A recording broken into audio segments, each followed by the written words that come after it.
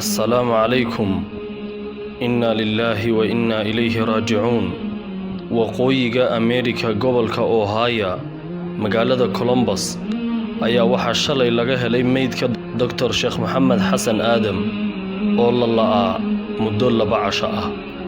Allah ha u naxariistee Dr. Mohammed meydkiisa ayaa waxa laga helay gaarigiisa dhexdiisa isaga oo ay xabado ku yaalaan kuwaas oo sida la sheegay ay ka muuqatay in ay u geysteen dad u ciil qabay oo fursad ay ku dilaan raadinayay.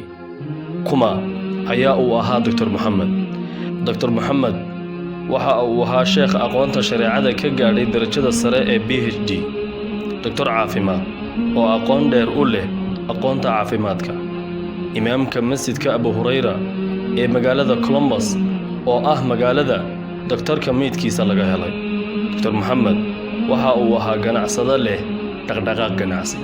Dr. Mohammed waxa uu ahaa nin masaakiinta iyo agoonta wax badan xaalog oo u dhaqdhaqaaqa sidii uu waxa uu helayo u gaarsiin lahaa.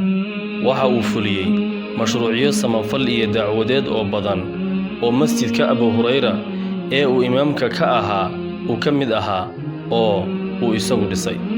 Dr. Mohammed waxa uu ahaa qof dadka dhexdiisa laga yaqaano oo aan ahayn qof si yar lagu dhaafi karo dilkiisa ee ay tahay in laga hadlo oo la galo xisaabtan adag oo qoto dheer.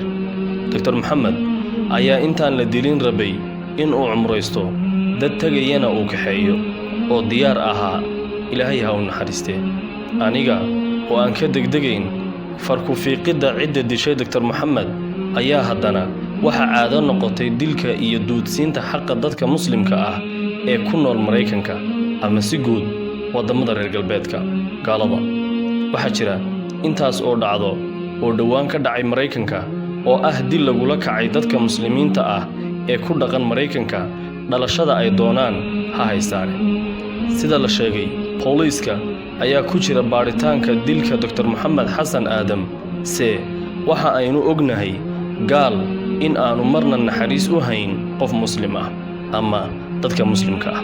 waxa aad ogtihiin buuqa dhaca marka qof gaal ah la dilo oo muslimiin badan loo geysto dil iyo duudsiin sababta dilka halka qof ee gaalka ah aawadeed.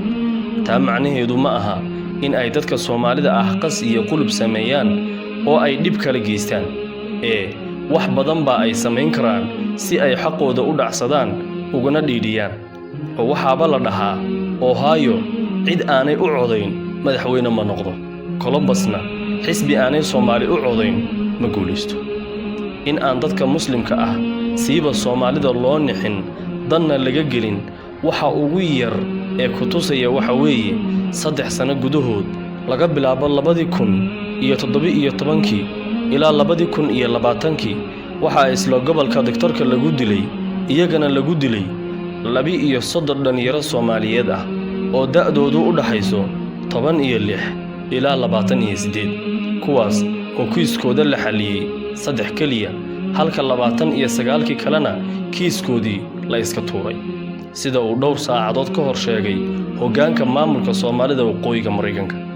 maanta ayaa masjidka Ibn Taymiyyah oo uu Dr. Mohammed ka mid ahaa odayaashiisa lagu qabtay kulan ay dadka Soomaalida ahi isugu yimaadeen oo ay ku kala warqaadanayaan kuna sheegeen in ay abaabulayaan isu soo bax ay ku muujinayaan muhiimadda uu lahaa qofka la dilay ee ka baxay si xaqiisa loo dhiciyo fartana loogu fiiqo iyadoo oo la sugayo si xaqiiqo ah cidda ka dambeysay dilkiisa.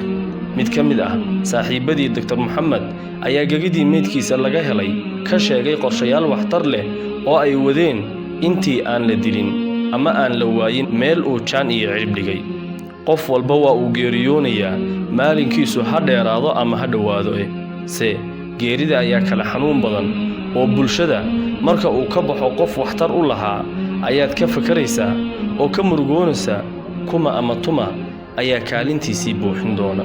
inna lillahi wa inna ilayhi raaji'uun.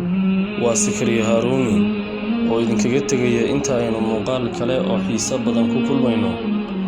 assalaamu calaykum wa rahmatullaahi wa barakaatuh.